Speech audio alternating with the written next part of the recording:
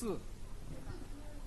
产业体系完整，供应链成本优势惠及全球。在3纵3横技术路线指导下，我国建立了完整的智能网联新能源汽车产业体系，纯电动专用平台广泛市场化应用，动力电池产业链齐全，3电形成了规模优势和成本优势，在满足国内市场需求的同时，也融入全球供应链体系。5. 基础设施建设完善，我国已建成世界上数量最多、辐射面最广、服务车辆最全的充电基础设施体系，是支撑中国新能源汽车发展的巨大优势。1、2线城市的充电焦虑基本得到了缓解。Phase. By the end of June this year, we have 10.24 million charging piles. That is 10 million. So that is a year-on-year growth of 54%. And for the swapping station, we have 3,700 stations, and we also see it can satisfy the NEV development demand. And this also has given a good example to the world. Recently, we have discussed with colleagues in Europe and the other parts of the world. And when we talk about the development, we see that we have encountered the same issues. In the past 10 years or more, we have been dealing with these issues, and one of them is the infrastructure of the charging. So, no matter the developed other countries and the markets, or the emerging like the ASEAN and the Middle East, we have seen the great need of the infrastructure, and they are borrowing the experiences from China. And we also have seen the top-level design and the innovation courage, and also the passionate consumers and the big market. All this has been supporting the ICV and NEV development, and we also have seen the comprehensive industry chain and advantage in the supply chain, especially the cost. NEV is now having the friendly environment and better conditions for the development. The innovation of the ICV is going into the globalization. So this is the first part of my representation. And second is, for the new development, we also need to be rational enough to see the issues. In the development of the industry, we have seen the challenges and short panels, as well as a pain point. For the traditional automakers, they need to look at the energy conservation and the development of the NEV. So this is a dual task for the enterprises. The pressure for the operation is getting increasing, and the anxiety is felt by all the players in the industry. Yesterday, we had a closed-door meeting, one in the morning and one in the afternoon. In the internal meetings, we have been focusing on the issues we feel strong anxiety on, and we hope to get out of the difficulties. So in the morning and afternoon meetings, we had got a hot discussion. So the anxiety in the industry is strongly felt by all of us. This is also closely related to the public opinions. And I feel that in our forum, we have less presidents coming to our forum.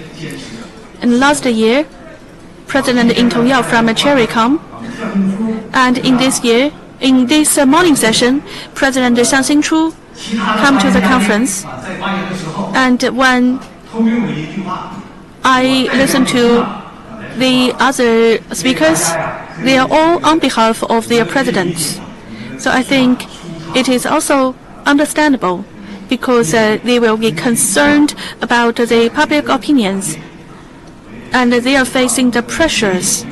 So I really call on our friends from the press, and please take good care of the leaders of the automakers.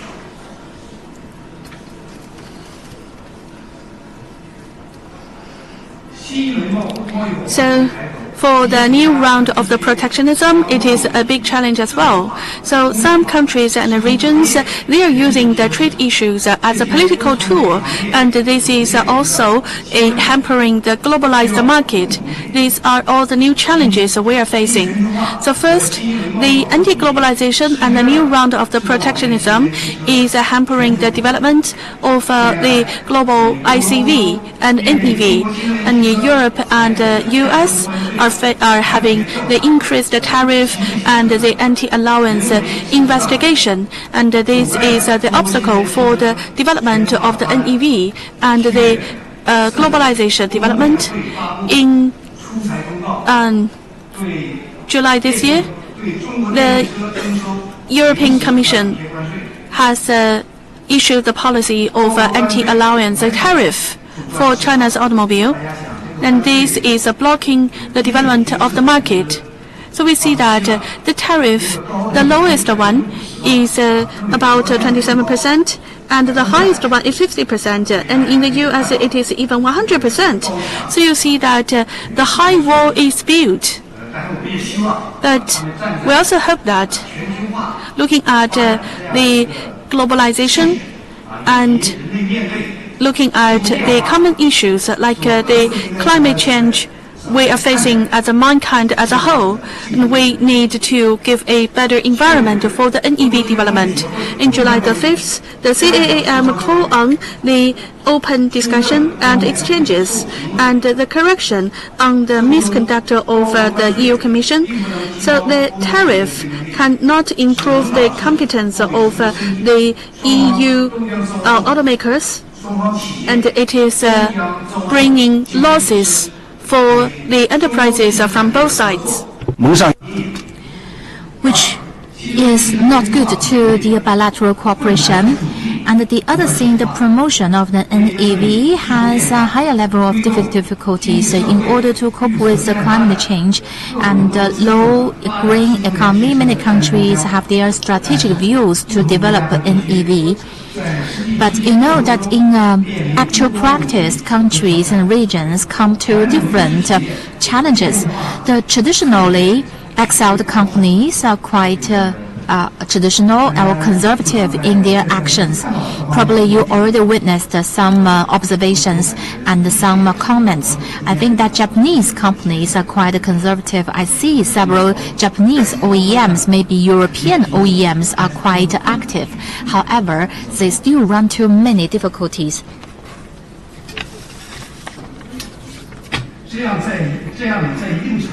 Therefore, to some degree, it delays the progress of electrification, leading to imbalanced NEV's development, the penetration or the promotion adoption is not so high, and some of the other countries are looking for cooperation when their technologies are less developed. China has become a target to be appreciated and respected by these different markets. And the Shanghai and the Beijing Auto Show, probably people see it arouse the global attention. Besides the industry players, it also attracts attention from the different countries and the local governments. They come to China for continued communication, actively look for trade investment and cooperation. Thirdly, the anxiety within this industry has a big impact on the sustainable and healthy development. This is so serious. It's not a single small issue. And China has made its achievements in the transition, but also encountered some high difficulties and aroused a lot of anxiety. So it leads to the crisis in its development. All of which are challenges to the companies in their development, which is a major one. So, in every difficult time, the government has made active guidance and also the policy driven. Just now, Minister Xin has made a speech and the people come to know it, helping the industries to make a sustained development. And we believe that with the guidance of the government, the auto industry will definitely overcome the current difficulties. And also we know that auto industry is a fully competitive industry. The brands and the products are the core for competition. Even though traditional OEMs and also the rising players, JV brands and owned brand have different pathways and operational strategies. In face of these difficulties, they have a different perspective. However, China's super large auto markets are large enough to keep all of them. So in competition, the companies need to respect the market operation, enlarge their R&D investment, continuously improve the product quality and service, and uphold the spirit of entrepreneurs and to make innovation, safeguard interest of the consumers to promote the sustained and healthy development of the industry. Even though anti-globalization new round of a trade protectionism stop or slow down the international cooperation in auto industry, but we need to be aware that in response to the climate change, green development is the global consensus. Electrification will ultimately the goal of the auto industry. Globalization is the mega trend cannot be reversed. That is the second part of my speech. And then third part of my speech. Thirdly, the auto industry is a highly integrated industry. And also the NEV and the ICV is the output of the industrial output, and we need to further emphasize to realize a leap forward development. And take the NEV, ICV, for example, to integrate development. If we review the 100 history from Ford assembly line to the Toyota lean manufacturing to the Volkswagen, the platform-based products, every time's reform and innovation, even though originates from different countries, and finally benefit the whole world, and to realize the common development. You know that the unprecedented changes of auto industry comes from the electrification, and also were integrated into this process, and ICV, NEV has become the direction of the global auto. In this round of transition, China's NEV, ICV market grows quickly, attracting high-tech companies and products concentrate in China, and we are now becoming the new place of innovation. The new round of development will further integrate the market, and the globalization of the auto industry is accelerating its pace. Just now, in the introduction of Secretary General Mr. Liu Yan, probably you have been aware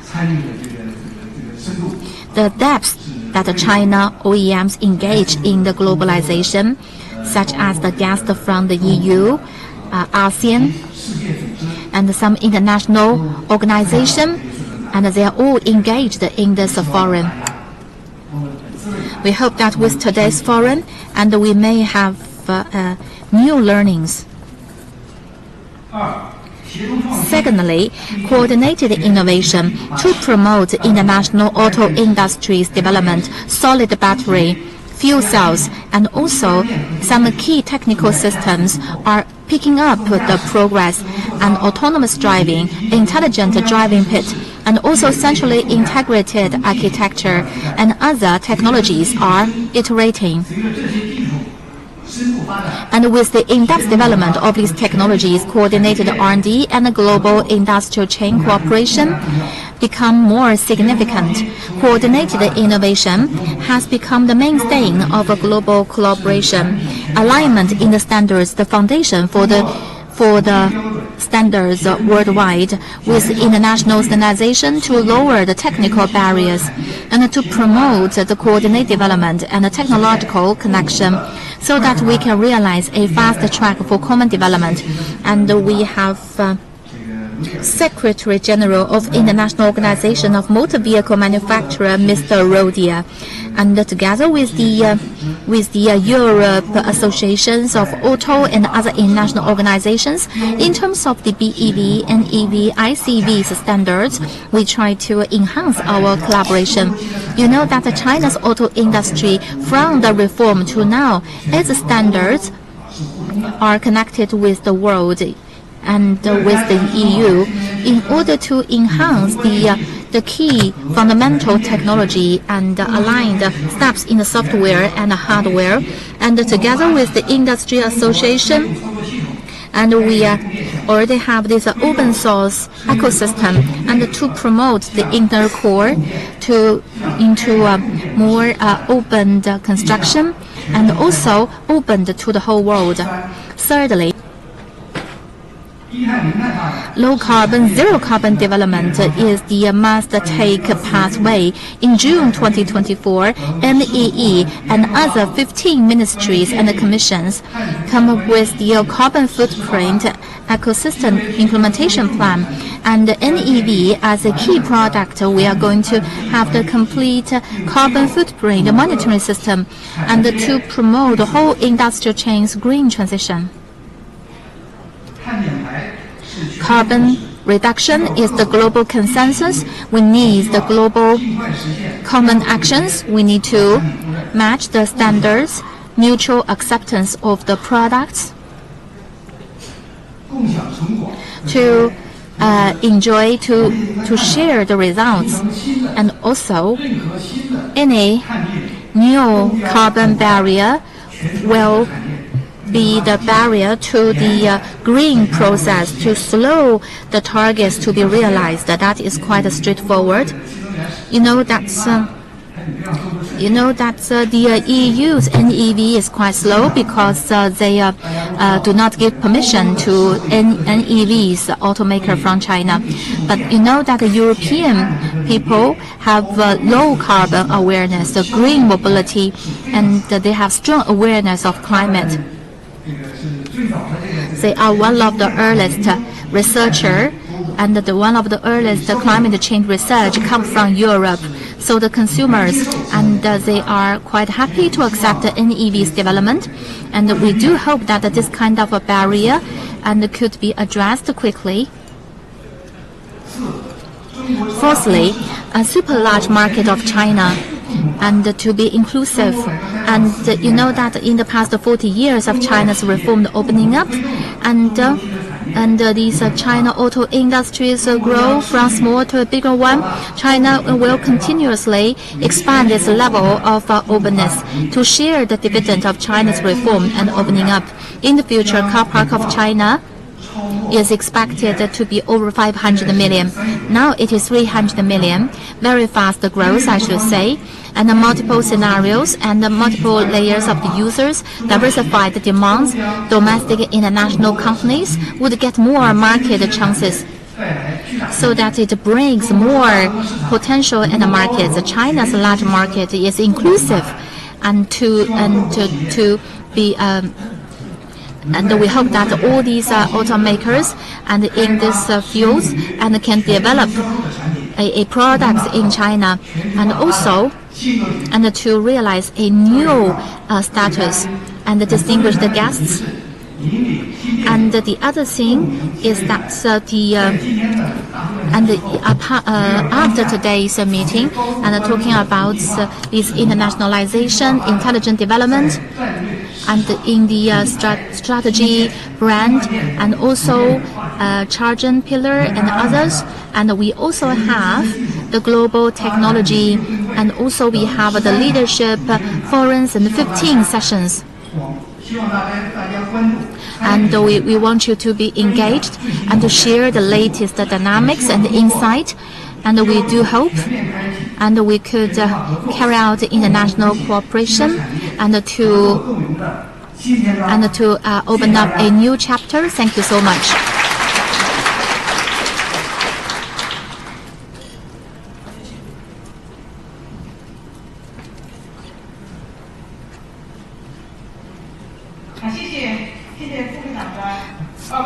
Thank you very much for your speech, Mr. Fu.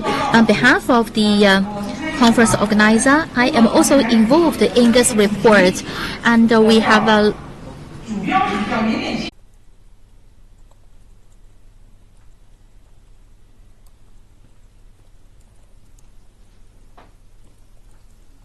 and to the board chairmen that we have anxieties, have concerns when making speeches in an openly. Yesterday, one chairman said that my PR teams asked me to read my transcript, but you know it is a very valuable chance to have a closed-door meeting, but they want to share their views. And the other board chairman said my PR team asked me to read my transcript, but still they make some spontaneous remarks. So behind that, I believe that you can feel that now in the current stage of the development, we are facing the challenges. And also Secretary General Fu has mentioned that we hope that our public opinions can be more open to the enterprises, especially their heads, and help to release their anxiety. It is also good for the sustainable development. So we hope that our friends from the press can challenge them less and to give them more space and let them to pay their attention to the corporate development and product innovation, as well as serving the customers. And this is also good for the healthy ecosystem development. And this is also good for us to hear the voice from them. And when some of our guests, they come to our conference, before they make the decision, they will ask whether or not this will be live stream. And I feel that they are kind of reluctant to speak out when there is a stream broadcasting. So we need to be cautious about this and to keep the friendly ecosystem and environment. The industry hope to become the link and the bridge for the industry. In the morning and afternoon, closed-door meeting, we try to implement our guidance. And I also hope to remind you that it takes time for us to make the changes and go through the challenges and to provide a positive contribution to solving these issues. And we plan to have three presidents, and we selected Chang'an and Cherry, and we have seen that the leaders come to the conference because of their tight schedule, and they have sent their leaders to make the presentation. So now we would like to have JAC, and JAC is a pioneer and witnessed the auto industry development. It has been celebrating its 60th anniversary this year, and it developed from a very weak foundation, and now it has the full speed development toward the electrification and the intelligent development. It looked at the R&D and innovation and made more contribution to the auto industry development. So we would like to welcome the JAC Holding Company President, Mr. Xiang Xinchu.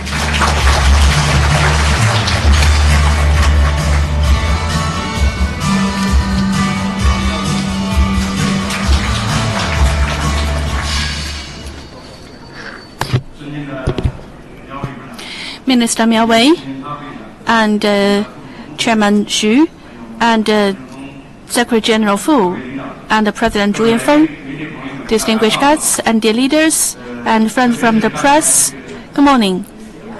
And just now, I listened to Minister Xing and Chairman Xu and Secretary General Fu.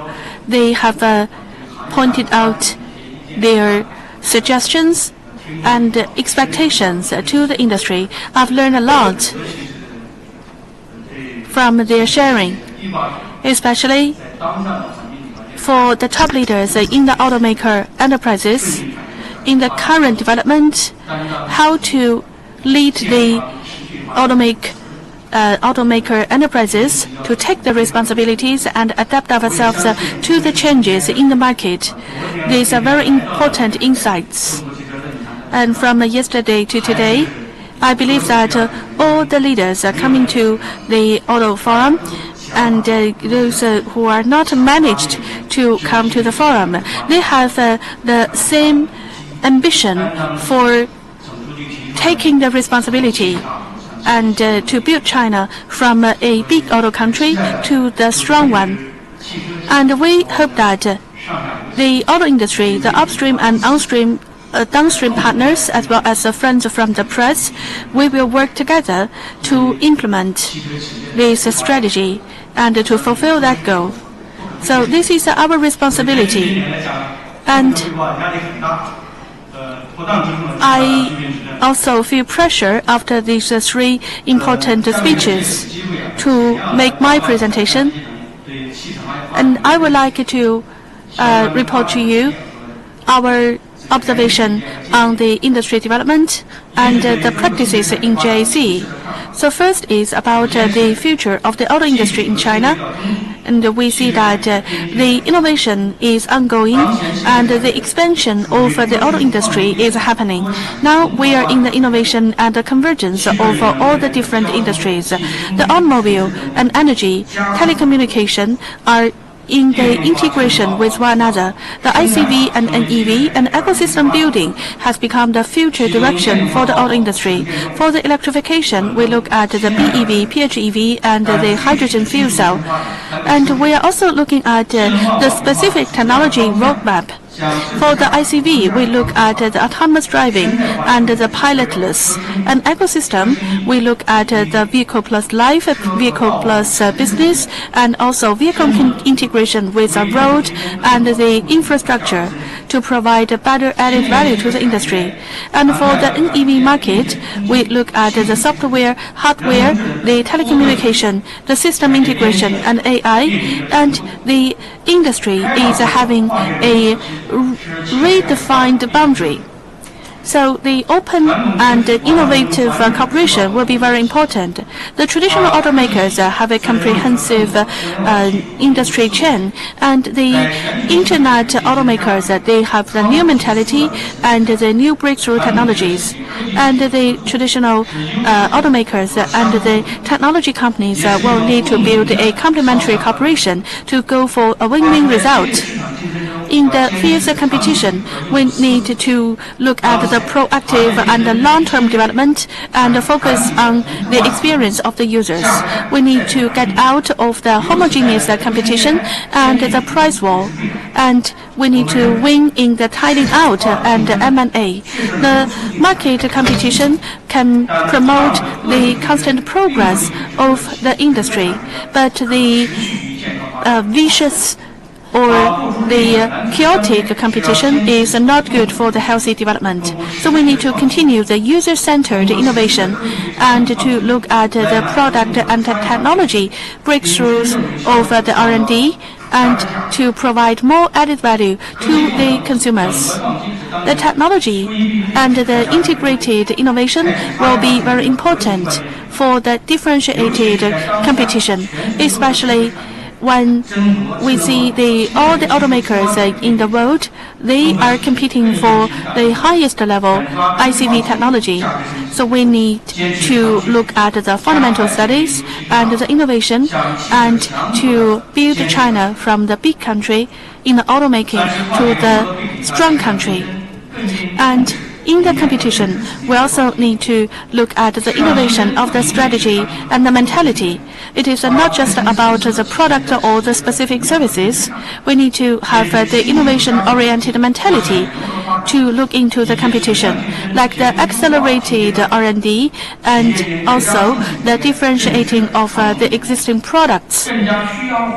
And we need to look at the demand and expectation of the users, improvement of their experiences, and the use of manufacture and service solutions and technologies to satisfy these needs. And we also need to look at the systematic changes and try to surpass the expectation of the users. And here we also look at JAC's innovation. The R&D is a first priority of JAC. We are going through the transformation to the intelligent technology. The R&D investment in the first half this year is a 64% increase year-on-year. It is 7.6% of our total revenue for the first half and 9% for the whole year. And we will have the independent development and the cooperative development, looking at the following fields. The first is the fundamental technologies, looking at the integration and application technologies, and to look at the core components, and to look at the low-carbon and agile manufacturing. We work with China Science and Technology University and Hunan University and build the integrated platform for the cooperation, and to look at the in-depth generic technology. For the intelligent, we have realized the NOA L2 technologies, mass production, and L4 development. And we have got the license for the autonomous driving testing in Hefei. And in L4, we have got the regular operation for the certain scenarios. We also accelerate the innovation and cooperation with Huawei. It has built a brand new platform and the autonomous driving and system and architecture. And we try to build the 1 million RMB price level premium intelligent vehicle. The first product has gone into the feasibility, and it will be off the production line in the end of this year and to be launched into the market early next year.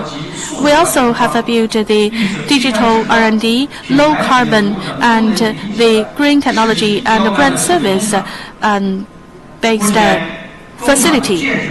This is of the world highest class.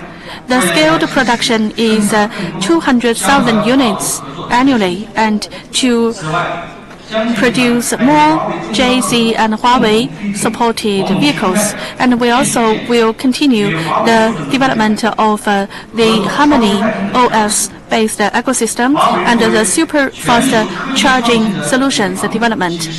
And Huawei has a pioneering technologies and the rich know-how for the R&D and also the spirit of innovation. And we are very honored to work together with a company like this and to look at the ICV and the future possibilities and work together to have a promising future.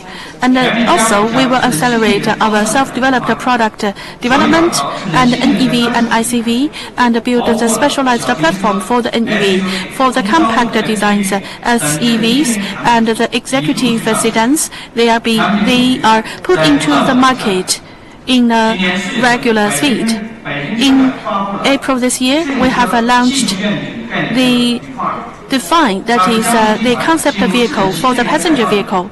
And this is a milestone for JAC moving into the passenger vehicles, looking at the architecture, autonomous driving, and the chassis, as well as the cockpit. It has a very wonderful design, and it has won the Red Dot Award in 2024. And we also will look at the management innovation, the digitalization, and the PLM coordinated design. With the prerequisition of the quality and the safety, we will optimize the design speed and to use industrial internet to reduce the cost and to shorten the lead time. For the service and marketing, to look at the digital marketing platform and to intensify the digital management, and also look at the international operation.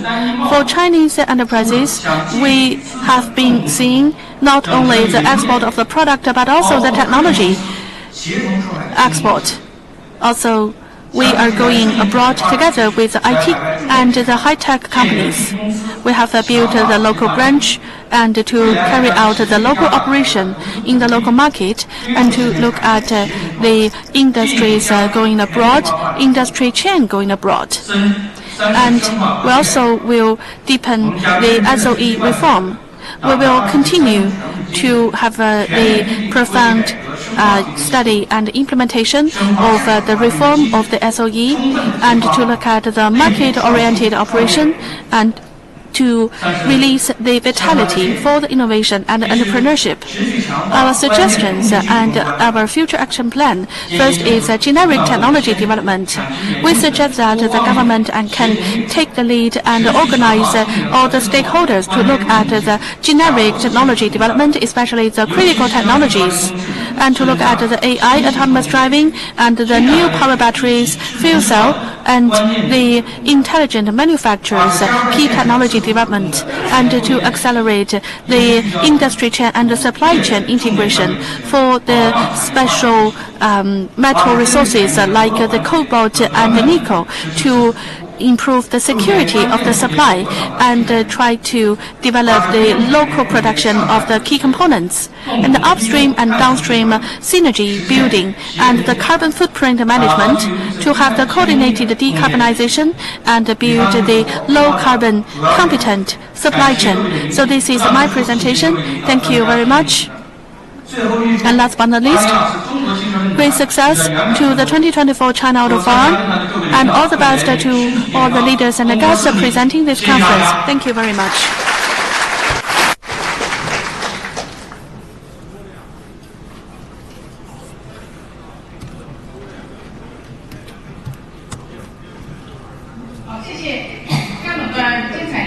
Thank you very much for a very exciting speech and on your official website. And I see the 60th anniversary series that is accumulation in the past 60 years.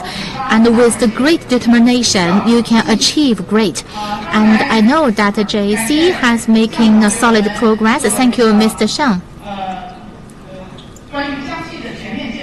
for such a wonderful sharing. I think that your transcript is so good. Should be very satisfactory sharing from a board chairman, and I hope that after 60 years, we hope that JAC can make new achievements. Now, I'd like to invite Chang'an automobile companies. And in the first half of this year, July the 1st, Chang'an Auto Group has made a stock check and start its second half journey. And in the fierce competition this morning, the 5 brands of Chang'an very thriving and to realize above average records and also the new sales record in the past 7 years. I'd like to invite Mr. Wang Hui, Vice President of Chongqing Chang'an Automobile Company Limited, to make the next speech.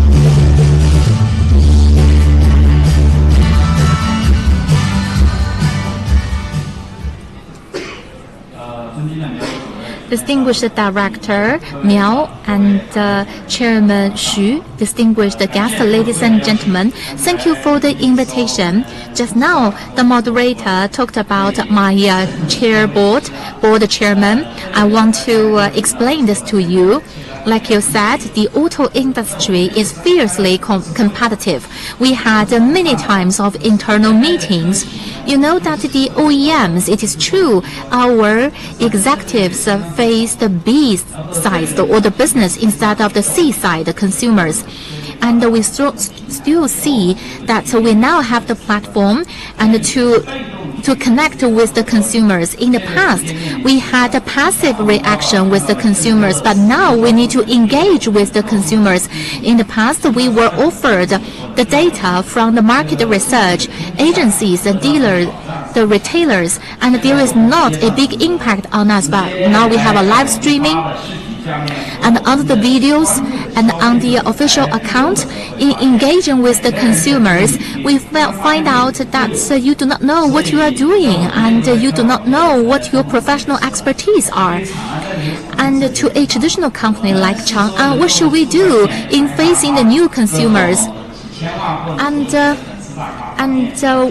we know that we internally, all of us need to engage with the consumers. Every one of us needs to learn how to contact with consumers, listen to the voices of the consumers, positive ones or some critical comments, all of which should be accepted by us. It is true that our board chairman is having another agenda, so he could not make it today. Today, I'm going to talk about the digital intelligence new vehicle co-create a new future.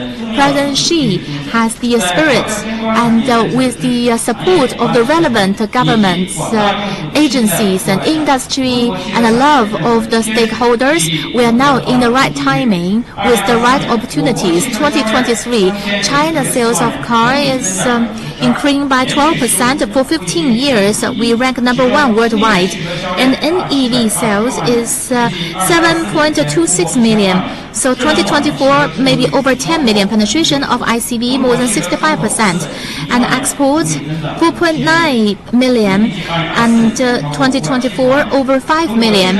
And China's auto brands, I should say, has ushered in a valuable opportunities. And last year, China brand market share is 56%. This year, it is up to 65%.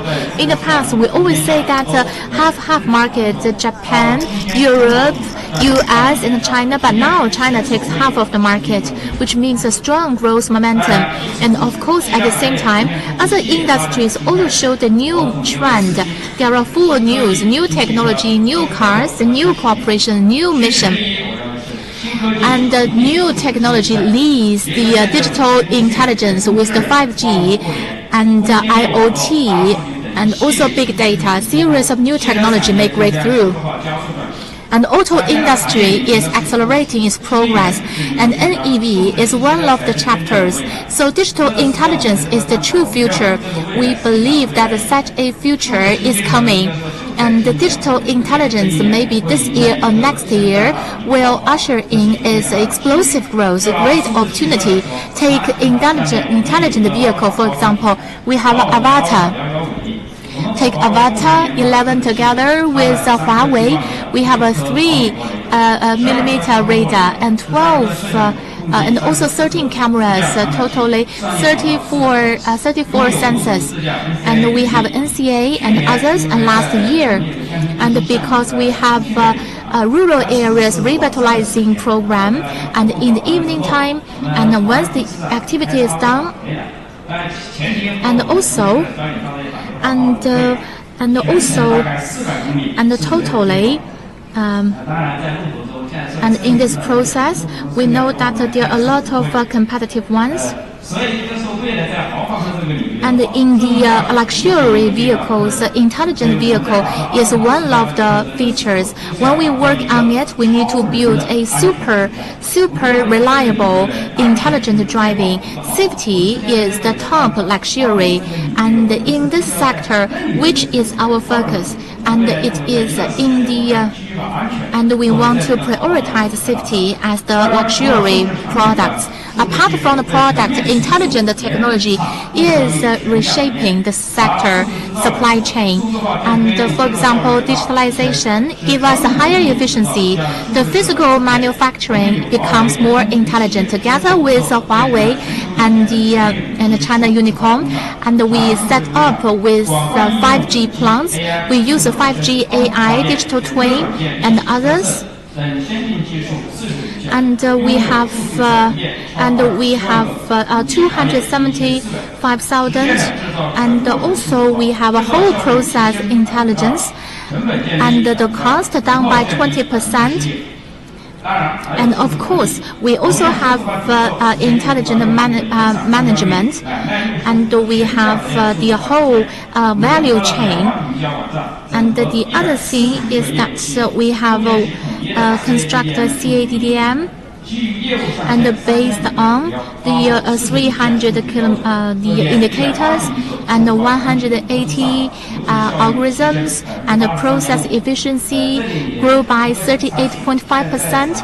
And in Chang'an, we often have internal meetings saying we are a small company, but we always have decision efficiency, any kind of agenda issues from our staff, from the proposal to the highest decision, only 3 reporting notes. It's not that you have a suggestion or objections to those skipped layers. We need to overcome the barriers, and of course we need intelligent decision in this process. And also V2X coordination development, which is the future. V2X together with the single units intelligence, and in China's institutional benefits, the smart infrastructure, smart vehicle, and the smart cloud. And of course, in technology, product, commercial, and there is no optimized solution. It's difficult to realize. Maybe it's not possible to cover every scenario. When, especially in remote area, we still believe that smart cars is the best solution. And trend number 2, new vehicle to demonstrate the new digital intelligence. The auto industry is not a mobility carrier, but a mobility service ecosystem. And also, it has the multifunctional mobility, and also the data, and the evolving robotics, new vehicle, and it is coming. And also we have the first central government and the network SDA, and also we constructed the first CA plus C2 and the scenario, and also we come up with the and the Intel and less than 1 nanosecond sensitive network to enable our vehicles with a flexible neural system. We also have the mass-produced Chang'an E07, and in September, October, it will become available. By now, we have some information release. I believe that to the consumers, it is highly acceptable, and variable type, variable functions, and so that one vehicle has multiple functions. On one hand, it is SUV and multiple functions, and the comfort of a passenger vehicles, pickup, convenience, and you can go out anytime, anywhere, and from single to a two-way communication. So the vehicles become a work and a life assistance, and also a emotional companion.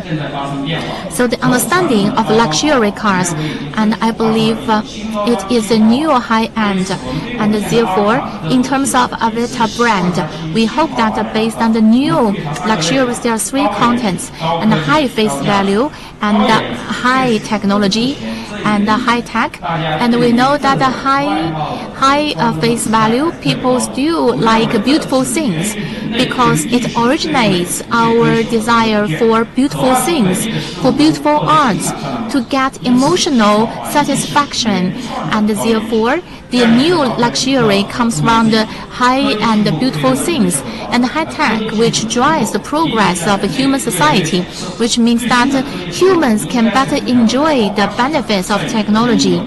And therefore, it is kind of, it is quite high accurate demonstration. And also, there is some new functions and a new experience, and we hope that our consumers could enjoy more convenient and more comfortable experience, so that we can create a better value. Trend number 3, and probably people feel it, series of new corporations. And so in the near future, we can realize a sustainable development. At present, auto industry is embracing globalization, the whole industrial chain. There are 3 types of cooperation models. which means that a lot of potential for imagination, such as traditional vehicles, traditional OEMs, traditional SAT, and the new players, older players, software, hardware, OEMs, auto parts companies, and retailer agencies. New partnership, a new model, which means that the auto industry is making progress under the risk, and I'm checking on this information, strategic partnership, industrial chain, and 5 to 6 years ago, originally, and we have 1 or 2 OEMs in the middle, and the others are satellite companies. It's kind of a partnership, but later it is a matched type, or it is a network partnership. And who is the main players in the network? It is still uncertain. But in the future, along the chain, the partners along it are equally important. We maintain an open attitude towards cooperation. We are expanding our circle of friendship. And together with Huawei, we started strategic collaboration, intelligent cabin, and high-end emotional companion, and Avita. We are going to deepen our cooperation. And also we have in Yibin, we made investment.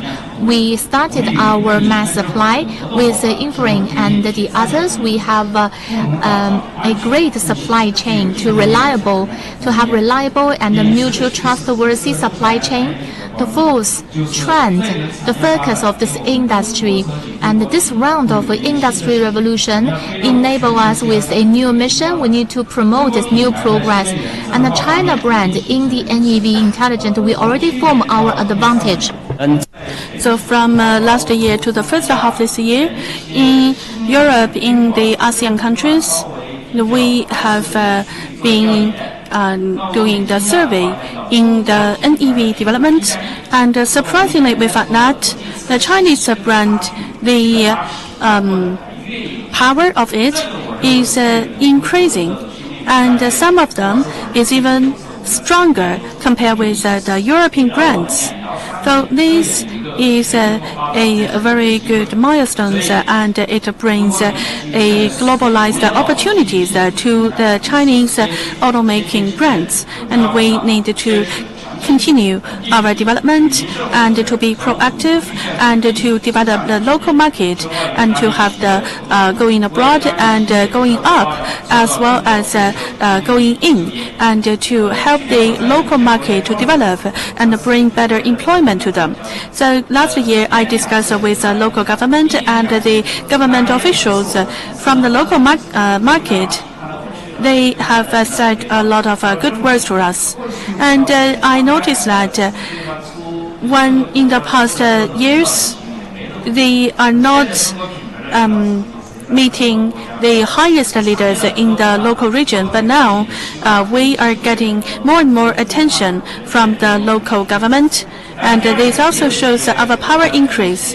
And some of the local leaders asked us that when you are developing your business and when you have good enough market share, besides making money, what can you bring to us? So I have been thinking about this for many years. If we are developing in the local market, are we developing the local employment because of the law and the legal compliance, or are we implementing our social responsibility? So I think the answer should be the latter one. So if we haven't got the overseas successful development, this will also hamper the domestic development. So the overseas development is a part of our strategy. So we will need to look at the all-win result and the low carbon development. We have 73 sub-companies and 12 production base, and we operate in 77 countries and regions. We have 1,100 global suppliers, and we also have 9,300 partner companies. And looking at the future development, we see that the modernization is the future trend. And we will continue the high-quality development, and we believe that there are two very important things. One is the self-discipline in the industry, and to have the healthy development and competition. And the government should provide the guidance and avoid the chaotic competition and also the malicious public opinion guidance. We have talked a lot about this in the previous day's meeting, and I want to elaborate that the overseas partners, when they ask about this, this has made us feel embarrassed. And some medias, they also are reporting our development in the overseas market. So we hope that our friends from the press overseas should also try to help to build the good brand for our Chinese automakers. We also hope to build the shared platform like the data, the components, the cloud service, and to work on the compliance and the coordinated work. In May last year, we signed an agreement with Geely, and this year we signed another agreement with GAC for the overseas development. I feel that we have a lot of strategic partnership relationship built with the other automakers. When the competition is not that fierce, it is quite difficult to implement this strategic partnership. And I have talked to the other partners and feel that this is a time for us to change the words from the slides to the actual action plan. And I believe that we rely on the support from all walks of life and ourselves for the future development. We will continue this open cooperation and to build the new horizon with all of our partners in the industry. Thank you very much.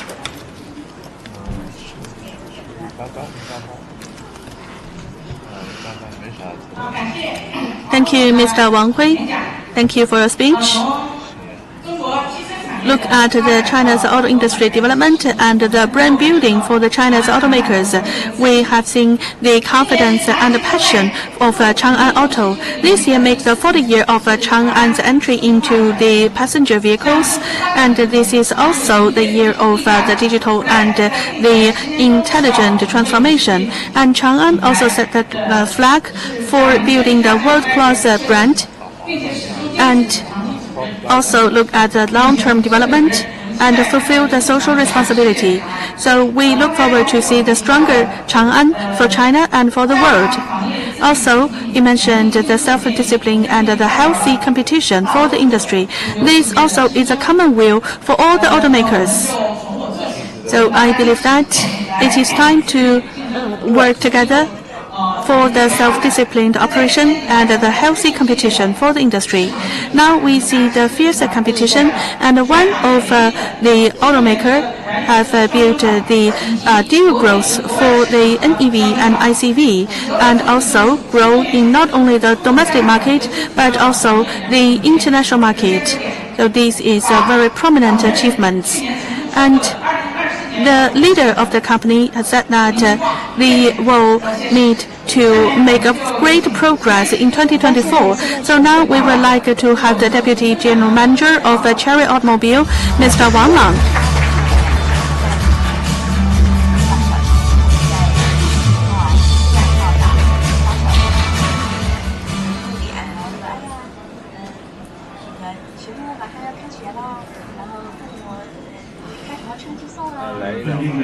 Respectable Chairman Zhu Bingfeng and President Zhu Yanfeng, distinguished guests, ladies and gentlemen, I'm very glad to participate in the 2024 China Auto Forum and to talk about leading the new changes for a win-win future. The hottest word in recent years is competition, but we see the price war, we see the homogeneous competition, and this has been impacting all the industries, especially the auto industry. The healthy market competition is good for the industry development, but the extreme internal competition is not good for the industry development. It is not good for the ecosystem and the sustainable development either. When China is going into the fast development track for the NEV, and we are getting the competing advantage globally, the auto brands is developing very fast. So China is going into the higher quality and the higher price and become the mainstream for the market and for the industry. Innovation. And to some extent, the internal competition is also going to the overseas market. The protectionism is getting up. The price war is happening, but the quality of the service is compromised. This is not good for our brand reputation. So we need to go up to enhance our brand value and to expand our network and to have the all-win result. This is a way out. And we will continue our work on the following parts. The first is to adhere to the technology innovation. From the ICE to the NEV, the vehicle is developing very fast, and also we see the semi-solid state, the solid state motors, the batteries, and also the high-performance motors, and also we see the high development of the ICV. Autonomous driving, intelligent cockpit, and AI are developing very fast. So the automobile is an innovative platform, and also it is the pool of the new technologies. We try to use more and more new solutions and bring the brand new experiences to our users. We take the technology innovation as a priority, like the original and disruptive innovation.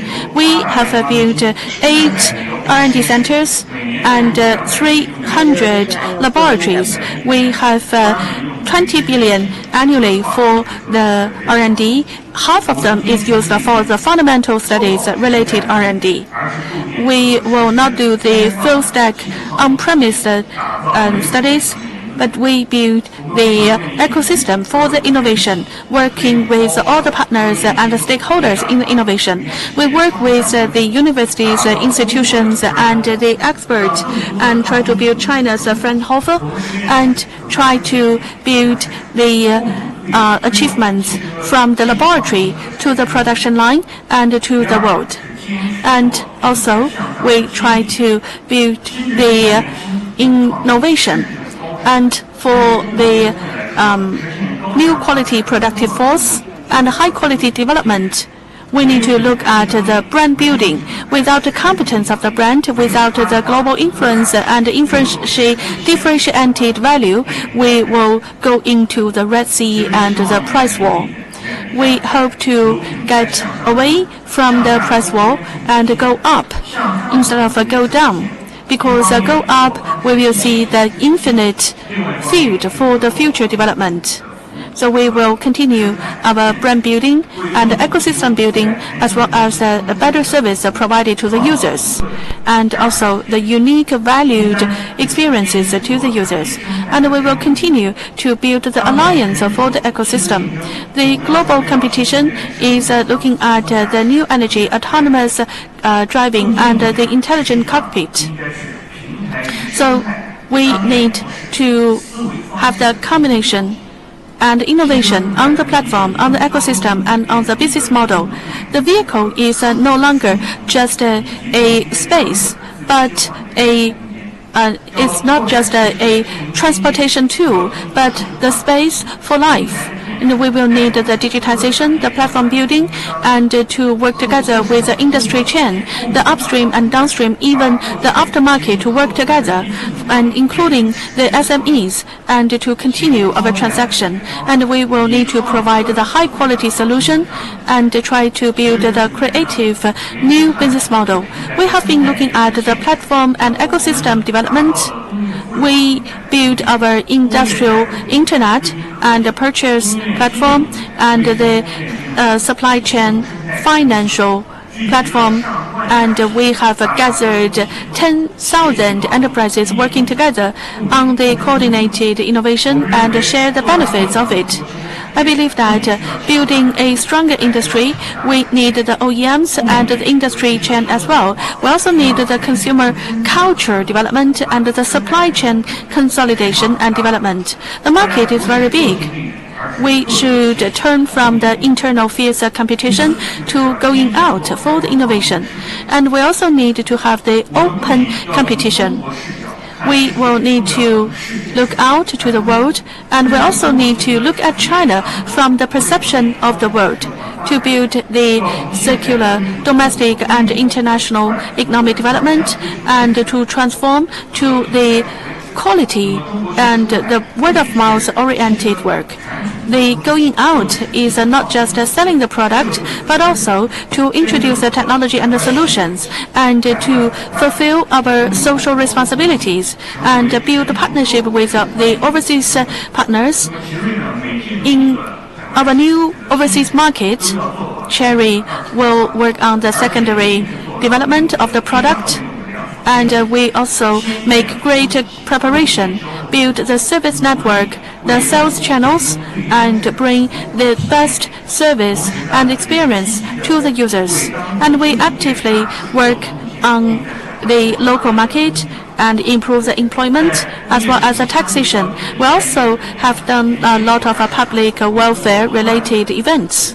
We continuously develop the SECAD factories and to develop the local manufacturing, and also to look at the localized supply chain market and build the industrial chains industrialization. And we also try to become the world citizens, and also to develop the new technologies and bring new experiences, and also to better use the resources for the innovation, work together with our partners to expand the market, the culture, the management, and the technology, and to realize the globalization and work on the ESG, sustainable development. Currently, in the global market, we are seeing the fundamental changes. For China's auto industry, it is challenges as well as the opportunities for the leapfrog and the qualitative development. So we will continue the open cooperation and better participate in the global restructuring and reforming of the industry and build a higher level auto industry. Chery will work together with all of our partners and to make more contribution to China's auto industry's high quality development. Thank you very much.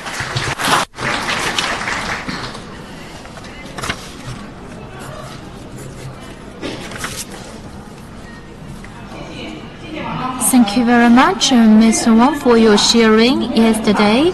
And Mr. Li Dongyue has made a wonderful sharing and who talked about and the current challenges and a lot of good suggestions. And he often mentioned we not only want to be a growing industry but also civilized industry, and which really shows the vision and attitudes of the leading companies. Again, and thank you very much.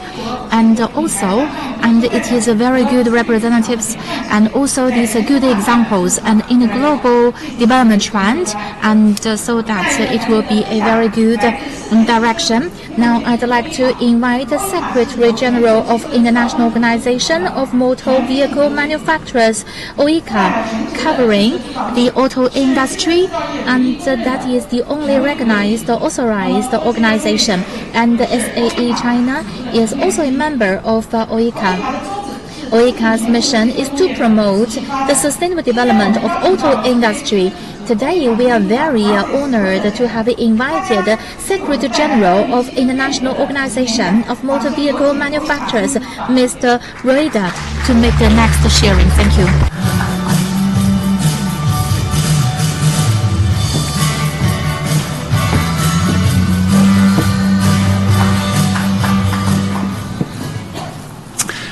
Well, distinguished minister, distinguished officials, organizers, guests, member of the press, good morning and thank you for being here today. First, I want to congratulate my dear Fu Bingfeng and his organization and his team. Congratulations for such a wonderful event, and we appreciate this very much at OICA. OICA, as you know, it was said, has been built in 1919, at the end of the horrible First World War in Europe. Why? Because our founders thought that the automobile, the car, was a bridge between people, a bridge between nations, and will bring peace, and that nation were able to communicate. They had a bumpy road ahead, I can tell you, but finally we keep on this vision. And today, as we stand at crossroads of innovation, I want to give you a vision. On one side, we have at OICA is to influence the public opinion. Governments, people from the press. This is one part of OICA. The other part of OICA is regulation, standards. You can not imagine that every small piece you have in your car has been validated by OICA people for CARAM, for other trade associations around the world. My colleague Olivier Fontaine, Olivier is up and will explain this afternoon in details with a big message. China has to be more active in our groups. If you want to be at a global level, you have to attend our groups on regulation and standards. It's very important. Now let's make a journey to what is the automobile industry. And my purpose is that sometimes people, governments or media are complaining, but you're not a quiet industry, you're always complaining, you're always moving. I said, yes, because we live in a never-ending revolution in the automotive industry. And that's positive. Why? Because the automotive industry is a dynamic progress, a dynamic thing between manufacturers, governments, officials, and customers. And this history has always been since the birth. You know, since the birth in the 19th century of the automobile, of the cars and trucks in Europe, our automobile has been a powerful agent of change.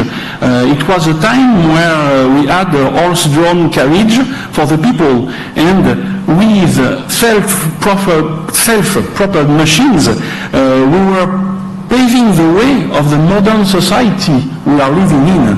Imagine now your society without car, without trucks. You won't move, you won't work, you won't go to school, you won't even eat because no trucks will bring the food.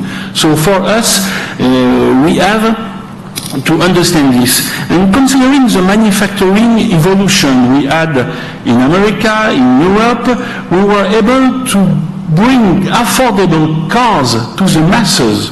And that's very important. The automotive industry is not an industry for only the rich people.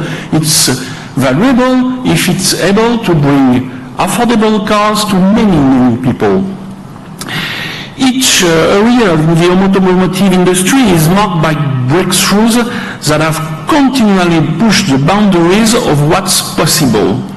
The introduction of the car assembly line, we know well, this car assembly line is not only revolutionized the car industry, but the whole industry. We have built the way products are built today. And we were key to this second industrial revolution. In the recent years, the pace of change has accelerated exponentially.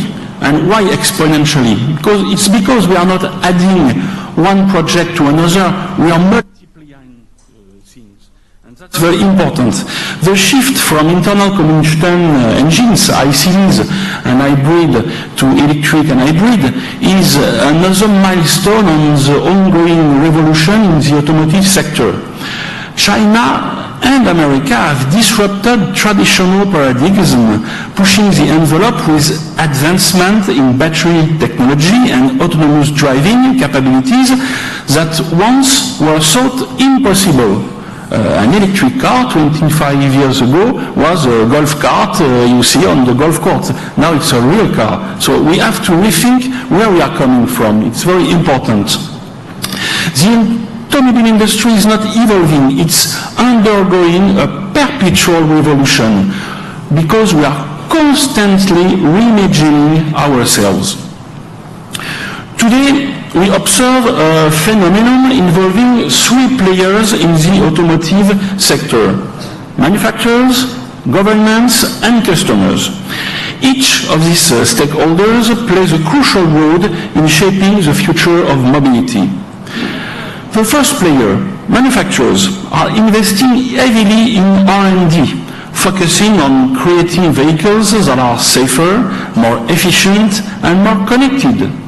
Companies are leading the charge in developing electric and autonomous vehicles while also exploring alternative fuels and hydrogen. This relentless drive for innovation is not just about keeping up with the competition. It's about staying ahead in rapidly changing landscape. It requires significant investment, and you have to consider it's like in a big poker card competition. At the end of the day, only few will remain at the table. And sometimes I say it's like in a revolution. Some are rising, some are falling. And if I go alone on the dark side, the automotive industry is a graveyard. The automotive history is a graveyard of famous brand names. So that's important to consider. We are going to a very strong consolidation in our industry in the years to come. The second player, governments. Governments worldwide are also key players in this dynamic interplay, accelerating changes since the beginning of the 21st century. Through regulations, incentives, they are steering the industry towards a more sustainable future. You know, it's impressive for me to be here in Shanghai, where President Xi launched China's ambitious plan 10 years ago that reshaped the whole industry of automotive. And I can tell you that we are fortunate in a way to have political interest in our sector. I have friends in other industry asking me, but how is it possible the political people are very keen about auto industry? Yes, because they are ensuring policies that drive innovation and widely distribute the benefits of these new technologies. The technologies we invent are not kept only in our industry. We are pushing this all around the other industries. The third player, of course, and maybe I would say the most important one, is the customer. The customer are more discerning and demanding than ever. Some seek vehicles that are aligned with their values, whether it's reducing their carbon footprints or having the latest national technology at their fingertips. The pride to drive its own national car is very important for some customers, and others reflect a shift in consumer preference with a growing emphasis on mobility as a service rather than traditional car ownership. This change in consumer behavior is forcing automakers to rethink their business models and innovate continually. Understanding the needs of customers is critical to the success for both us, manufacturers, and governments. If we are not aligned with the needs of our customers, they won't buy our cars. So, let's be positive. I do believe that there is no logical reason why the automotive industry shouldn't continue its global expansion, reaching more people and utilizing new technologies. The last decade has seen America with Tesla coming from nowhere and now outselling many famous brands. We have seen you in China emerge as a formidable player in the global automotive arena, and we see Europe rushing back now to invest massively in new technologies. I think that it's now quite visible for the world that the automotive is not an industry of the past. It is really an industry that is leading the future. And all these are breaking down barriers and creating new opportunities for growth. The development of connected and autonomous vehicles promise to revolutionize transportation, not only adding something quite new, some gadget in your car. Technologies like 5G, artificial intelligence are better enabling vehicles to communicate with each other and the infrastructure, paving the way for smarter cities and surely more efficient mobility solutions. I'm sure in the future, kids will ask their parents, Mom, Dad, what was a traffic jam at your time? Just because we now have no more traffic jam. As we look to the future, the potential for further innovation seems limitless. The integration of renewable energy sources, the advancement of autonomous driving, and the continuous improvement in battery technologies are just a few areas where we can expect groundbreaking developments. The automotive will continue to evolve, driven by the relentless pursuit of excellence by manufacturers, the guiding hand of government policies, and the challenging needs of customers. So to conclude, the great history of the automobile is one of constant revolution. From its humble beginnings in the late 19th century to the cutting edge of today, the automotive industry has never ceased to innovate. Our engineers are breaking the rule of physics where no one thought it was possible. Sometimes I wonder if we are not in the real maker of science fiction. Our people in sales and financial teams are highly effective in advancing best practice for the customers to be able to have the cars. And this is also something where we are very, very good. How we organize the financial stuff behind all this automotive industry. As we move forward, let's embrace the changes and challenges that lies ahead, confident in the knowledge that we will continue to revolutionize the world in ways that we can only begin to imagine. And sometimes to have this comparison in a kind of competition or a car competition, Formula One, when people ask me, where are the brakes in the automotive industry? I always answer, I don't know, I never used them. Thank you for your attention.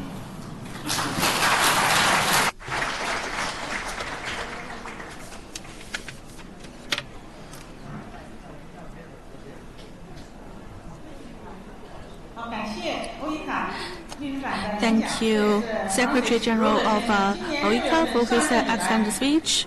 And this is since Mr. Francis Reuter, in his term of the Secretary General of OICA, the first international event speech.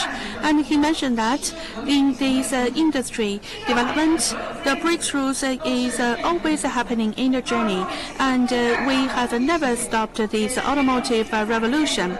And as a partner in the industry, we are very glad to have the science and technology companies. I will invite one of the representatives in this industry from the Horizon Robotics, Dr. Chen Liming, president of the company, to share his presentation.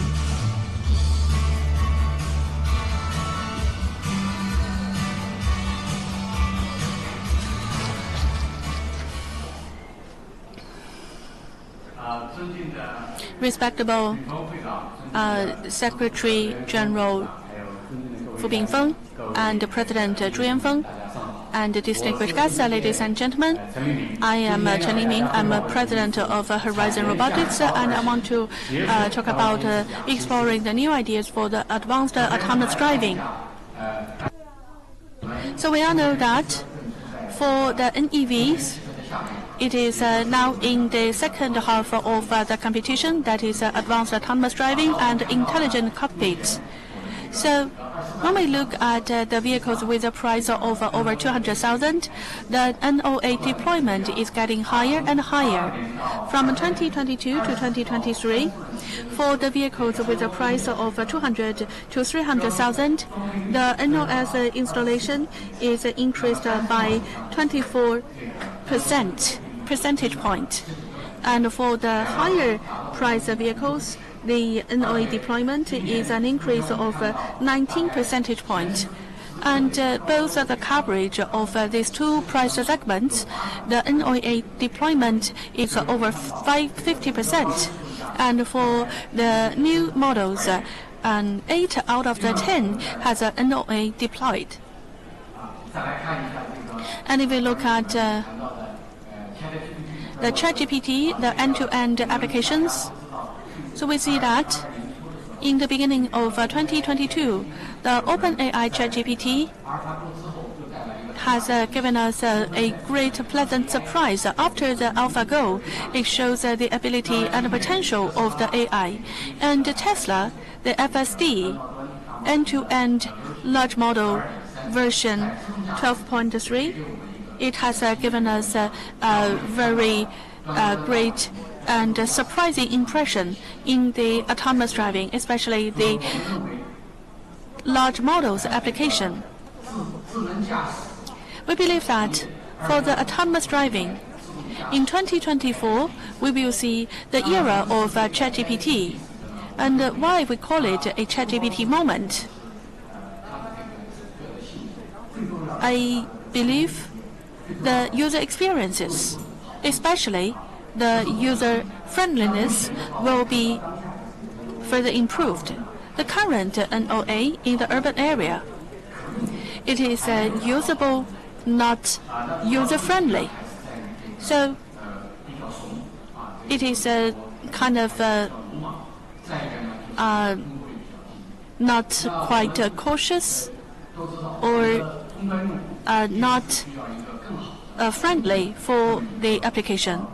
The end users are expecting a more easy-to-use autonomous driving system. It needs to better mimic the human assistant. The usable is about the physical functions, but for easy to use, it will take care of the psychological expectations for the users. And it needs to be expanded to every user and increase the accessibility, that is the democratization of the advanced autonomous driving technologies.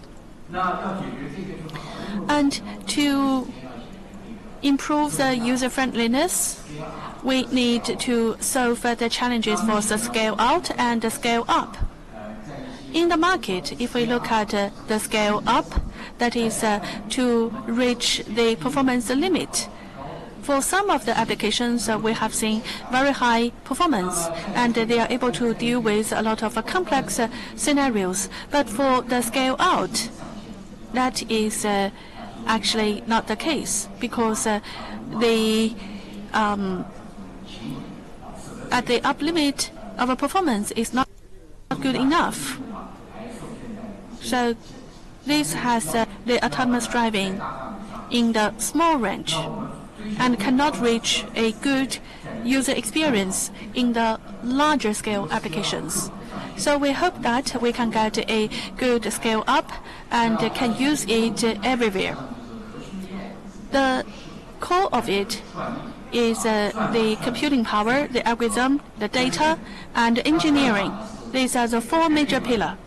The algorithm determines the up limit of the performance, and computing power and data will determine the speed of iteration, the technology improvement, and engineering. It means the scale of the mass production and the user experience. So when we look at the algorithm point, Now we see two paradigms. One is rule-based. So this is the traditional, that what we call software 1.0, and another is the data-driven, that is software 2.0. But they both have their pros and cons. So for the rule-based,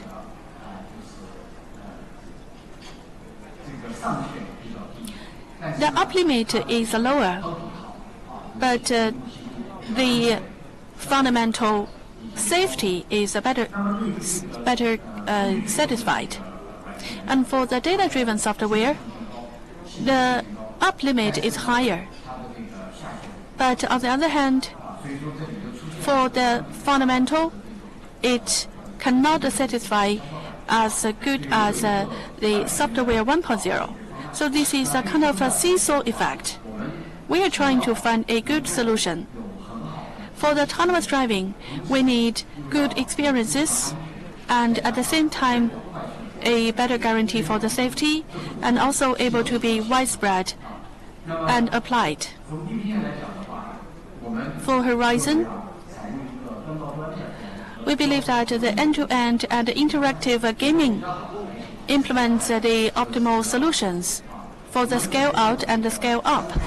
So we will have the 3-in-1 end-to-end large model. In this large model, we can have the sensor data and the maps and the navigation information to be introduced to the large model. In this model, we will have a better perception without sacrificing the information. It will have the static and the dynamic deriving and the training. It also can have the feature-related data which can be read by the machine. So this is good for the next step, that is for the interactive gaming. So it has two parts. One is the neural network, another is the rule-based planning. For the neural network, it can satisfy the planning of the system and control the up limit, and the rule-based can keep the realization of the bottom line performance. So with this all-in-one end-to-end and interactive gaming and also the algorithm, we can better solve the issue of scale up and scale out. As the Horizon Robotics, a company working on the algorithm, we will start from the software, try to improve the autonomous driving. In the past 9 years, in the innovative technology development, we have accumulated a lot. In 2022, we initiated the SPAS 4D architecture. This is a leading architecture, high performance, and also it is with the fused perception and also the end-to-end to solve the issue like the BEV and transformer architecture's perception limitation and also the limit on the computation efficiency and the precision. It has provided a very good end-to-end perception result. The performance of it is much better than the other architectures, including the Unisense open database and dataset. We can provide a better performance. So this is the next computing architecture. So here we look at the differences between the traditional model and the current one. So this is for the high density crowd and the long distance scenarios. And on the left, we see the BEV former, the traditional model, and on the right, this is an output of the SPAS 4D. So we can see for the higher density, the BEV former, we recognize 1, and the SPAS 4D, we can see 3. So this is a clear perception of the peripheral environment. And for the longer distance, the SPAS 4D is better than the BEV former. And this has given us a more accurate perception. And also, in Horizon, we have seen in 2022, in the end of the year, we have published a paper of the UAND, and this is the end-to-end training. And among the 9,000 papers, it is awarded with the CVP Conference Best Paper. So this is for the first time the autonomous driving related papers have been awarded as the best paper on this annual conference of CNPR. And it can work on the detection, tracking, mapping, and trajectory and occupancy prediction, as well as planning, all in one transformer-based large model. So compared with the black box, end-to-end, this is more controllable, it is more predictable, and it is also scalable. This is a much better architecture compared with the previous generation. And the result on the Unisense is better than the state FR. Other algorithms, you also can see all the different indicators are largely improved. And we also can see the algorithm is receiving great recognition, and it is regarded as a benchmark by the other players in the industry. Robotics also use the limitation reinforcement, hybrid learning, and we also have got the accumulation of the experiences and make the autonomous driving safer. And the imitation reinforcement, if we look at the imitation, it cannot solve the long-tail issue. And for the interactive learning, it will look at the hybrid learning. And on the one hand, it can use imitation to improve the efficiency. And on the other hand, with the closed loop, it can solve the issue of the long tail. So with this, we can have a better interaction. And in this gaming, we can see a good interaction with the peripheral environment, and it will be more like the human assistant. The user experience is much better. The algorithm will need to be supported by the chips. So we will introduce on the hardware and the technology and the product development in Horizon Robotics. And it is proposed by Horizon in 2016. And I should say, it provides a chip design and performance enhancement direction. It provides the optimal solution. It talks about the computational efficiency within every unit cost, how much computational efficiency you have, and on the left hand, how many dollars you can generate, and break into three parts. On the right hand, we call it the TOPS architecture, and every company works on the hardware design. On the left hand is the advanced algorithm. With the advanced algorithm, we can realize a higher efficiency. In the middle, very importantly, is the decoder and also middleware OS. And in the middle, it can effectively combine hardware and software and maximize the performance of hardware, and so that we can improve the efficiency and algorithm. So it is our designing direction. Just now, and it is a very good guidance to our hardware architecture. Many of our IP is generated based on these, supportive to the new algorithm, making it more efficiency. Now I want to talk about Horizon BPU trends in algorithm.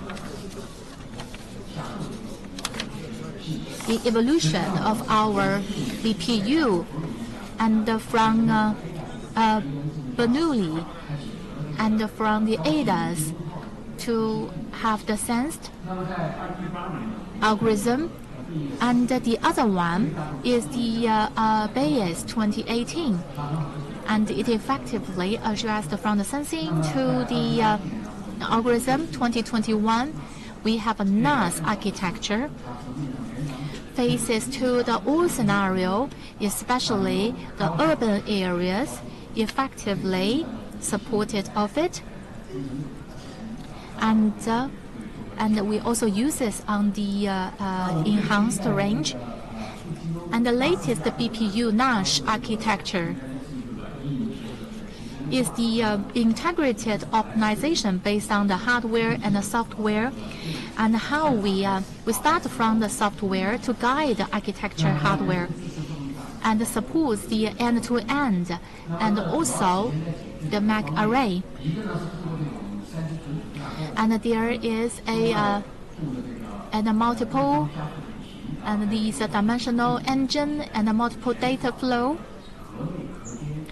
and to have less such a flow, to have a higher efficiency, at the same time to have a less bandwidth occupation with virtualization, and also data-driven engine, and to support the algorithm and accelerated computation, and with the optimization and greatly lower the power consumption, and so that the total chip power can be maintained at a very good level. And the other thing is the new Moore's law. On the left hand, the traditional Moore's law, and within 6 years, computational performance up by 16 times. And the new Moore's law, the BPU performance up by 246 times as the maximum, and to the traditional CNN. And within 5 years, 246 times. And also, it is 27 times, and that is the traditional Moore's law, which cannot be possible. And to sum up, and we have the combination of software and hardware, and to promote the easy to use and love using. And also we have end-to-end technology, and also deep learning, the driving behavior, to bring the psychological safety, and so that it is more virtualized with the interactive gaming, and to handle some corner cases, to respond to the complexity of the real world. The other one is with our BPU, and to enhance its high performance and lower its cost, so that our high-level autonomous driving could be spread out to more drivers and affordable by most of us. Now, with our technological accumulation, I want to share this with you. And we come up with 2 products. One is hardware, the other one is software. And one is the we call it the Journey 6 in comparison to Gen 3, Gen 4, Gen 5, which are single chip. Journey 6 is a family product with 6 chips, covering lower, middle, and high end. Therefore, and in the overall intelligent manufacturing, one of them is tailored to the needs and the benefits based on the similar supply chain, which can greatly increase the development efficiency and lower the cost, and also to enhance the application of intelligent driving. And the other product we call Horizon Superdrive, and that is all scenario AD solution demo. And based on the software and hardware research and the latest chip, we want to build a exemplary whole, and so that on the ceiling technology, what kind of autonomous driving can address, and how it can address the current difficulties, some difficult scenarios.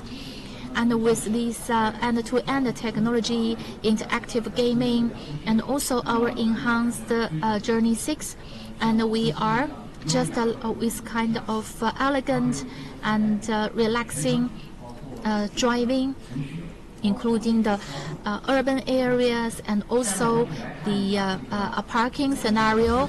Please look at the video in some complex scenario, how it performed. Upper left hand, it is a change of track. In case of crowded system, it's kind of a competition. In some cases, some of the system has no such kind of gaming. But with this, if you cannot get in the track, it can wait. If there is a adequate space, it will get in confidently. The other one is the dynamic drive line when navigating intersections with a large traffic flow. Under such a scenario, on the left hand, a lot of traffic, and you need to have the timely turning.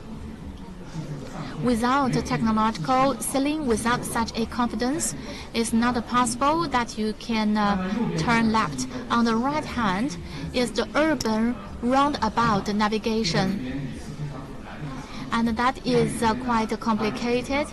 And we have a reversed flow, pedestrians, and you cannot see everything at the first time. And therefore, this interactive gaming with the pedestrian, with the roads. Please look at these roundabouts.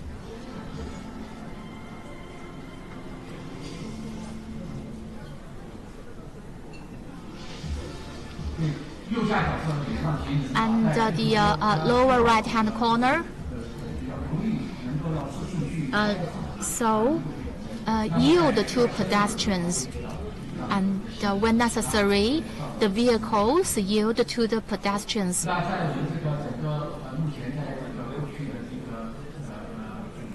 In the past 9 years, our products have been acknowledged by the OEMs, and we serve 20 OEMs. By now, we have 230 mass-produced project, and also we have we shipped 5 million computation solutions, and also we provide a safe driving experience. We position as Tier 2, work with industry partners to promote advanced AD. With our hardware algorithm, we want to enable our partners and to promote AD. Together with our partners, we want to make AD systems usable, easy to use, and users love using. Together with the partners, and we show a sincere attitude to each other and share the win-win result. Thank you. That's the end of my sharing.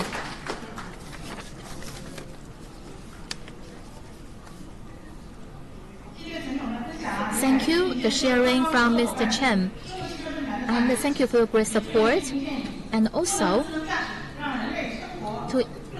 to make people's lives safer, and together with China's industry to grow together, and to win with China's open ecosystem. And everything we do in innovation is to bring better experience to the consumers as an important player in the ecosystem. And the Auto Home provides holistic, accurate, fast, one-stop service for the consumers for buying, using, replace the cars within the industrial trends, and what are the new opportunities contained in the changes of the users. Now, I'd like to invite the Party Secretary, CEO of Auto Home, Mr. Wu Tao, to make the next presentation.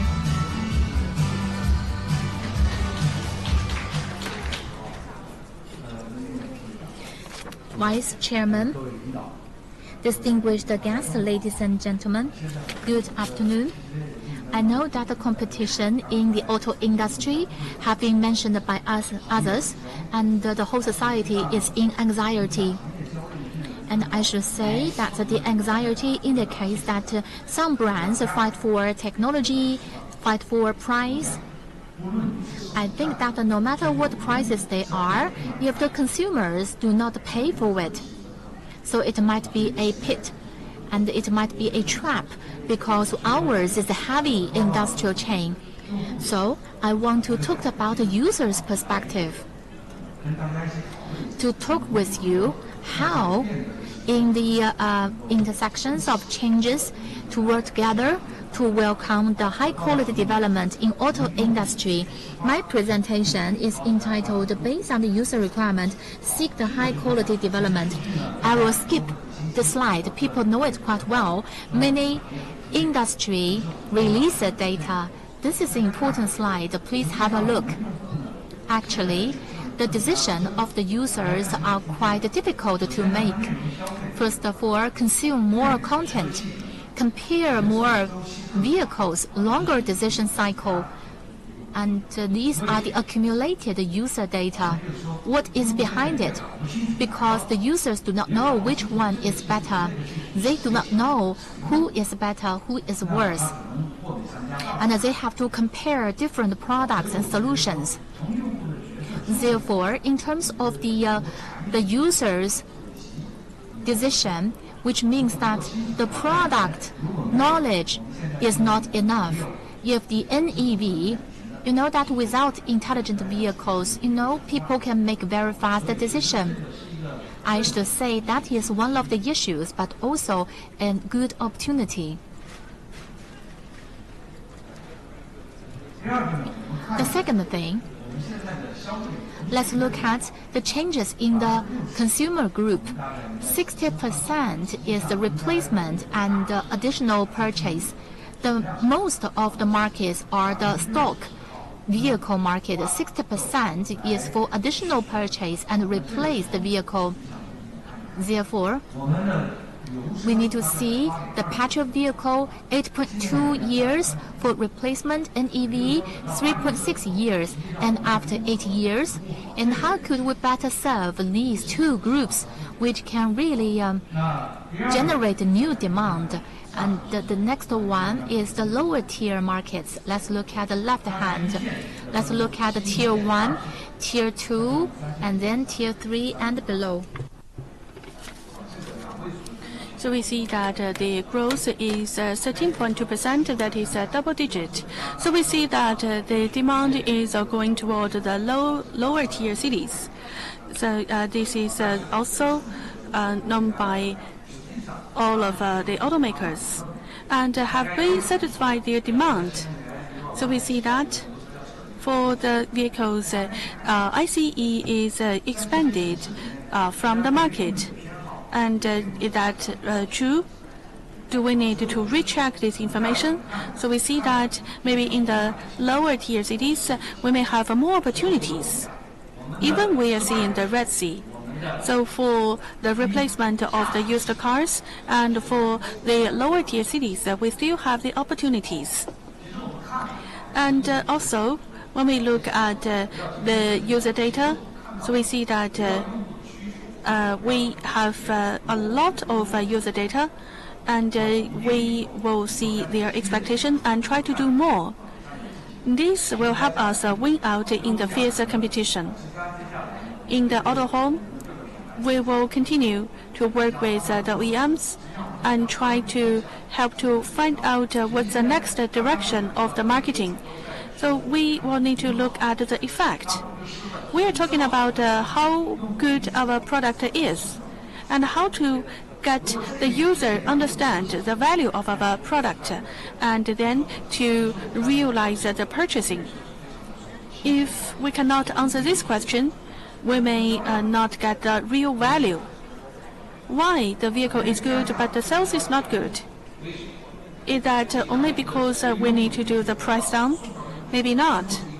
The last mile toward the user will be a very critical part. So I will then talk about what we can do toward the purchasing. So first, I believe we need to look at the clearer understanding and let user understand the value and the benefit of our products. And second is for the scenario. So how to improve the purchasing, especially in the replacement, and then to introduce a product to the lower tier market. And another important thing is for all the OEMs and therefore the stores, this is to deliver the product to the consumers. If this part service is not good enough, we may not be able to realize the value of our products. So we look at the first one. We will need to help the users to better understand the technology. For the hybrid is increasing significantly. So we see that the attention on the PHEV has a year-on-year growth of 100%. The technology is quite complicated. And what should we do? I believe it is necessary to do the public education. For one technology, it may be suitable to one scenario, and you introduce that clearly to the users and let them make the choice. You cannot expect to have one product to satisfy all the different consumers. And when we look at intelligent technology, and when we look at the hybrid, how to let the user better understand the real value of this technology. For this part, we need to work together with the OEMs to deliver the information in the right way. And when we develop a technology roadmap, we can send the message and get the user understand. And also, we need to look at the replacement market and the lower tier cities. For the replacement of the used cars, well, we need to find the accurate target consumers. We work together with the Ping An Property Insurance. They have 70 million users, and 80% of them have the vehicles over 5 years. And with such a large group, and we can do the accurate studies. If among the 50 million users, 10% want to do the replacement, that is 5 million users. That is a big enough market. So we need to find the target users and provide services to them. And we can connect to the 4S stores and let them know about the preferential policies we can provide. And the property insurance can provide this kind of a service to the users, and they can also attract the potential consumers. Especially for the second-hand vehicles, this is a big market as well. So for the auto home, we have the largest trade platform for the used cars. To collect the used cars and then sell one more. Now this is a closed loop. And next is for the offline. We talk about the lower tier market. This is very important. And if we want to do well and win in the lower tier market, for example, can we open the 4S stores to the lower tier cities? Maybe in terms of the cost, it is not quite realistic. So we work with the property insurance as well. On the left, this is the network of Ping An. So you can see this covers all the 5 tiers of the cities, and they have 960,000 agents, and they can serve a large group of people. It also has 20,000 staff in the call center. So we can see that working with the property insurance, the replacement for 100 cities will be a good event. So we work on the lower tier cities. Later, when we discuss with the property insurance companies, we see that in some cities, the government also hope to have one more event like this. because it has increased the traffic. So we need to deliver the product to the lower tier cities. The government also calls on the NEV to go to the rural area. So we need to be active enough. Just do not wait for the consumers to come to our stores, but to introduce a product to the customers. So we work with our holding companies and build this O2O closed loop. We also have built our one-step new retail experience.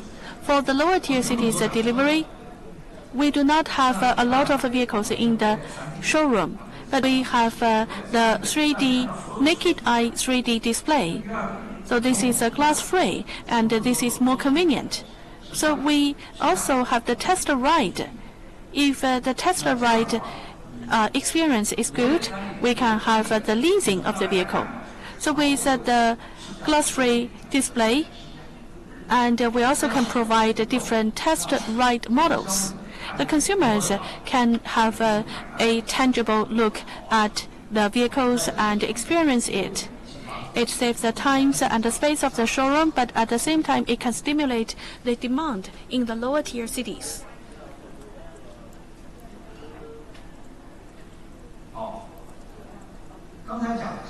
So just now we talk about the lower tier cities, and then we also need to look at the third point, that is the last mile. The brands are trying to give the data of the potential consumers to the stores. But if we look at the pain point of the users, well, you will see that they hope that the consumers come to the store. But what's the result of it? For example, if the users they do not have the stores in their local cities, and when they receive the invitation, the distance is a problem. So, what's the solution? Our OEMs can help with it. For example, if I have 5 stores in Shanghai, I can solve the issues immediately. If I don't have the stores in a certain city, but I have a potential client, maybe this client is wasted.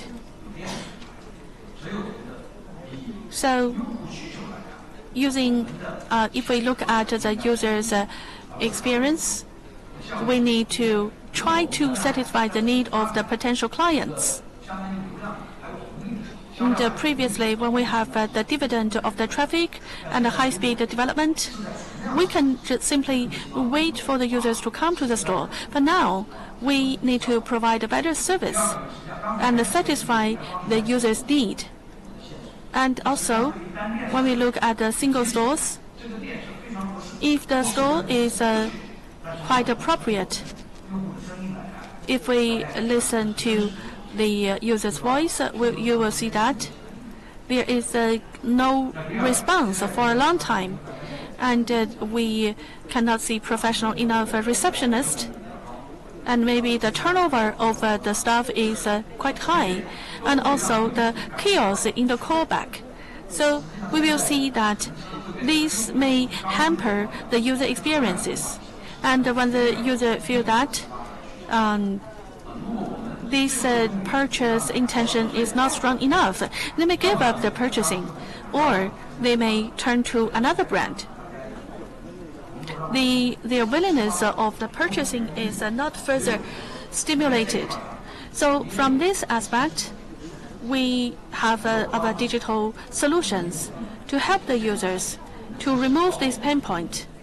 We also have our intelligent AI figures to help with the introduction. We also have the professional introduction provided to the sales and to answer the questions raised by the users. So we can even use the digital assistant without adding the headcount, but do not compromise the user's experience. So, generally speaking, we need to let the users know about the product and create a good scenario for the sales and to give a good experience in the product delivery. So when we do the three parts right, we can stimulate the users' demand, and we can make real changes. Thank you very much.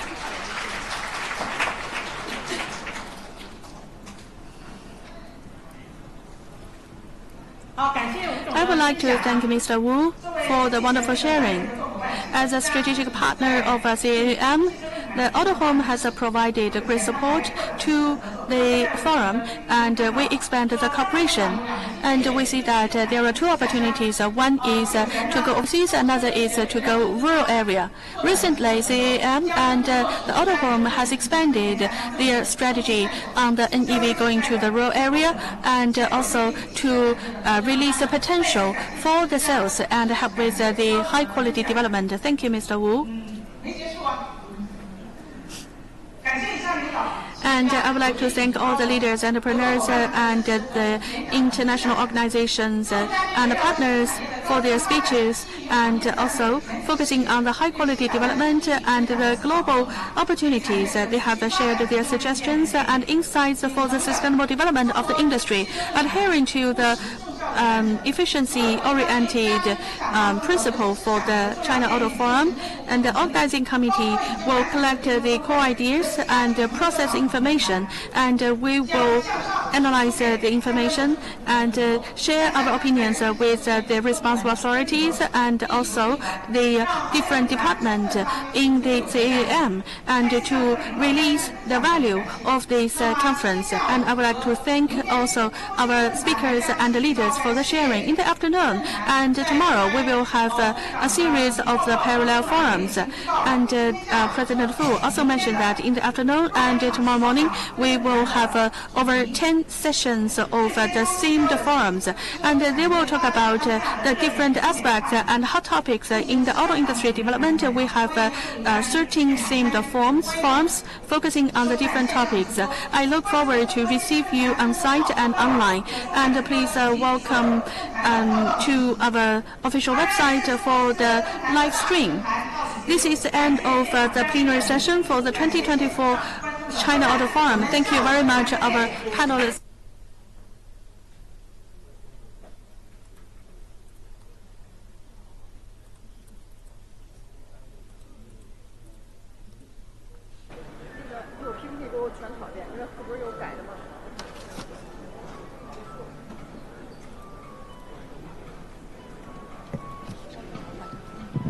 现场的各位来宾，请您带好您的随身物品，尽快离场。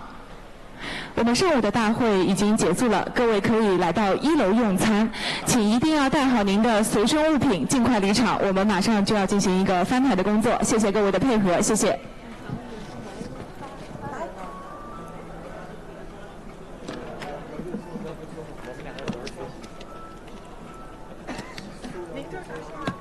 我是下午录音机的。好嘞，1个小时以后来，我先翻台。他得先翻台才能采。